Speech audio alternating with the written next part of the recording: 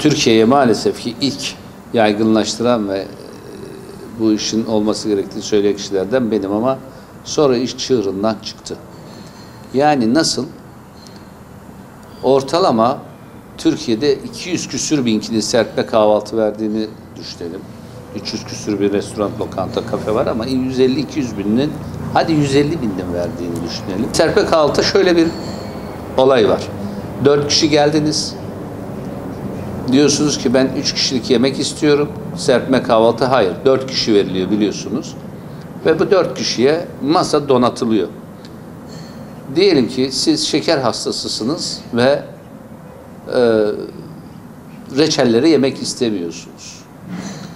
Veyahut da yumurta alerjiniz var, yemiyorsunuz. Şimdi 2 yumurta israf ettiğinizde 150 binde 300 binde yumurta israf ediliyor. Bunu niye söylüyorum? Ben burada görüyordum. Ortalama masaya konulan yiyeceklerin %50'si çöpe gidiyordu. Reçeller, ballar, işte zeytinler, yumurtalar. Niye? İnsanın yiyemeyeceği kadar çok konuluyor. Siz de bunu görmüşsünüzdür. Ama daha faciası 4 bayan geliyor. Diyor ki biz bunu yiyemiyoruz. Bize 2 kişilik kahvaltı verin. Hayır deniliyor idi. Bu gerçekten bizim dokundu bize ve acayip israf vardı. Ve şimdi geldiğimiz nokta serpme kahvaltı nasıl? Ortalama 100 milyar TL'lik bir kârı oldu memleketin. Niye? Ve siz geldiniz diyorsunuz ki ben yumurtaya alerjim var, yemek istemiyorum, bana peynir ver, şarküteri ver, domates söğüş ver, şunu ver. Ben şeker hastası, reçel yemek istemiyorum. Dolayısıyla şimdi hem yediğinin parasını veriyorsun ama daha önceki dönemde yemediğinin parasını veriyorsun. Hadi de onu da geçtik. O çöpe gidiyor. Günde 2 yumurta, yani çöpe gitse 300 bin yumurta. Bu kadar basit. Tonlarca şeker, tonlarca peynir. Bunların üretimi, enerjisi, istihdamı, sütü. Yani 1 kilo kaşar için 10 litre süt kullanılıyor.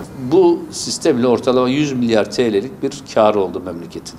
Hem de bereket geldi. Bir, görsel yemiyor ama görsel illa Instagram'a çekeceğim, atacağım. Bu ürünler çöpe gitmesinin benim için hiçbir anlamı, önemi yok diyen bir kesim. Bir kesimdeki büyük kesim. Evet, gerçekten artık bunlar çöpe gitmiyor, israf olmuyor. Yediğimizin parasını veriyoruz, yemediğimiz diyen bir kesim var. Onlar kaldı, o birileri gitti. Yani masa dolsun, yemem hiçbir anlamı yok.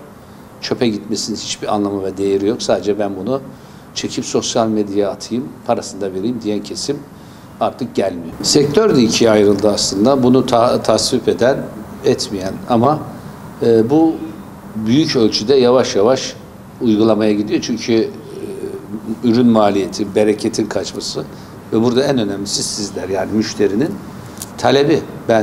Bu size bağlı aslında, halkımıza bağlı.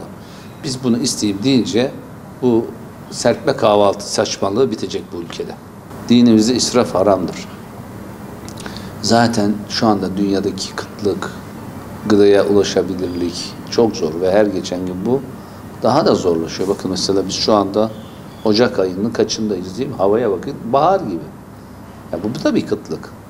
İleriki dönemde ne olacağını bilemiyoruz. Yani dünyadaki insanların gıdaya ulaşamaması, suya ulaşamaması hep beraber yaşıyoruz. Şimdi böyle bir ortamda tonlarca yiyeceğin boş yere çöpe gitmesi hem işletmeleri hem kendi hem memleketimiz için bir zulüm ve bir bereket kaçmasıdır. Ben çünkü huyumdur. Ben sürekli dükkanda olduğumda gider çöplere bakarım. Acaba ne yeniliyor, ne geri dönüyor, niye oluyor bu işler diye.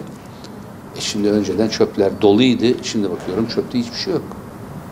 En azından biz psikolojikte ve topluma, çevreye, velhasıl kelam her şeye faydamız var. Bunu devam ettirmek zorundayız. Bu işler artık biraz da toplumsal duyarlılığa bağlı. Yani toplum bunu isterse, toplum bunu arzu ederse çok daha çabuk ve kolay olur. Onun için biraz da halkımızdan bu desteği istiyoruz.